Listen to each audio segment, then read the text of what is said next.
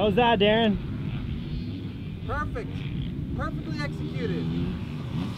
Perfectly silent.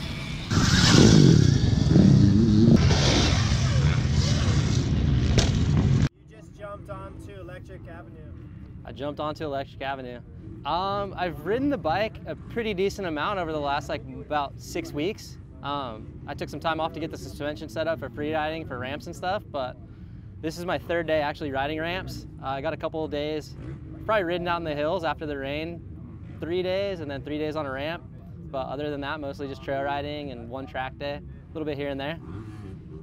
You got to go on that trip with Alta, right? Out to Utah? Yeah, we went to Caneville, Moab, and Bonneville. And Caneville on these things was pretty epic. Like being out there, we were all by ourselves because it was winter and it was cold, but being able to be in that vast of an environment and just silence, like went on some pretty epic like sunset trail rides where it just, you get a different vibe when it's silence. It's almost like a mountain bike where, I don't know, I loved it because it was peaceful. Like. Yeah. And then that was to shoot their 2018 stuff, so that stuff should probably drop here in the near future, right? Yeah, the 2018 stuff should be coming soon. Nice. So I guess coming from your perspective, you've been a freestyle rider for years. What was it like to adapt to this thing on your end? Honestly, it was kind of hairball at first, like just because you don't, like we judge stuff a lot on like gearing and how like for speed.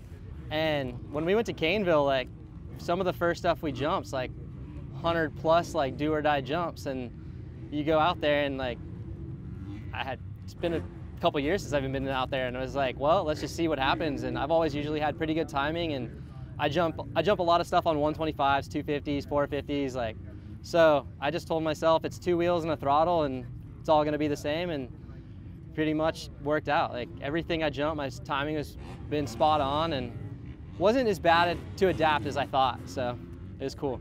Yeah, and I guess the biggest thing is you're one of only a couple people that have flipped it. Like, what was it like throwing a flip? The first flip was kind of, I won't really say I was scared, but it was, really didn't know what was gonna happen. Like the bike definitely has a different feel without all the centrifugal motion of the engine and stuff turning in there. So the battery is pretty heavy. So it was just that initial getting the weight of the battery rotating. And it was, I mean, I flipped exactly the same, but you can just, the bike in general, it just has a different feel without the motion of the engine. So it's exactly the same. It just had a little bit different feel, like as the bike does in general, even just on a moto track or turning, like it's cool. Like it works awesome. Like I'm able to whip it, I'm able to flip it. All my tricks are like the same. I've been really impressed with how it works. Like I've been having a blast on it. The people that aren't familiar, they have like 4 power settings. Yeah. Where do you prefer to ride it when you're riding freestyle? If I'm riding freestyle, I'll put it on 3. 1's super good for trail riding, like mellow, like you can just, it's a tractor. You can go up anything and the thing just hooks up. 2's like basically like almost like a stock 250F power curve.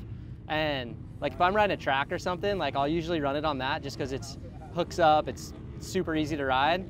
If there's bigger jumps, I'll put it on 3 just because I like to have that extra bit. Like 3, the thing rips. Like I'd say I normally ride a 252 stroke for freestyle most of the time, and it's power-wise is right there with it, if not better than my 252 stroke. Like it's, obviously you have a different feeling with the way it comes on with the power band and not having gears, but I mean, I jump everything the same. I cruise into it, I gas it at the bottom of the ramp, and it's pretty bitchin'. I'm digging it. What for you is the coolest part about it, because it's kind of a whole new realm? I think the sweetest part about it is just like, I mean, most of the freestyle spots that we have, everyone's places, like they're all pretty residential and they all get shut down with noise complaints. And I mean, that's been the standard issue since I've started riding freestyle over the last 15 years. Every place that we've had has gotten shut down over noise.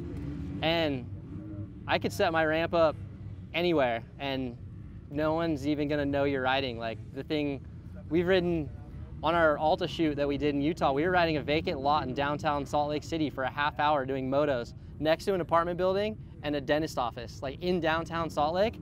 And me and Tim Fuzzy Hall are shredding motos on these things and no one even looked. Like we went out on the sidewalk afterwards to like cross the road and go back to where we were staying, and people were walking out of the apartment building and never even knew we were there. Like, it's, I mean, it definitely opens up a lot of stuff where you definitely got to be respectful and you can't just go charge anything, but there's a lot of places where, you know, people have land and it gets shut down, and it definitely opens up a lot of avenues for that. Like, see a lot of cool areas where we can, you know, even for freestyle shows, Nate and I were talking about places you could do it where you're not going to be bugging people as bad. Like, I mean, there's it's definitely a cool thing. Like, if someone came up to you when you were like 12 or 14 years old and told you that you'd be flipping on an electric bike, what would you have said?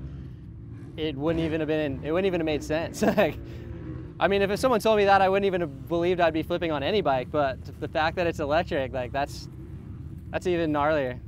Like, I wouldn't even have thought that a couple years ago. Like, I've ridden a few different versions of them through the past, and like, some of them were pretty close and, you know, pretty solid bikes, and you could see where they could, like, but they weren't ever really true moto bikes. They were always just beefed up mountain bikes with like moto plastics. And I mean, this thing is a full moto bike. Like, you gotta like get on it and respect it. Like, it'll bite you if you think it's a toy. That's sick, man. Well, shoot, we'll look forward to seeing you ride it. For sure.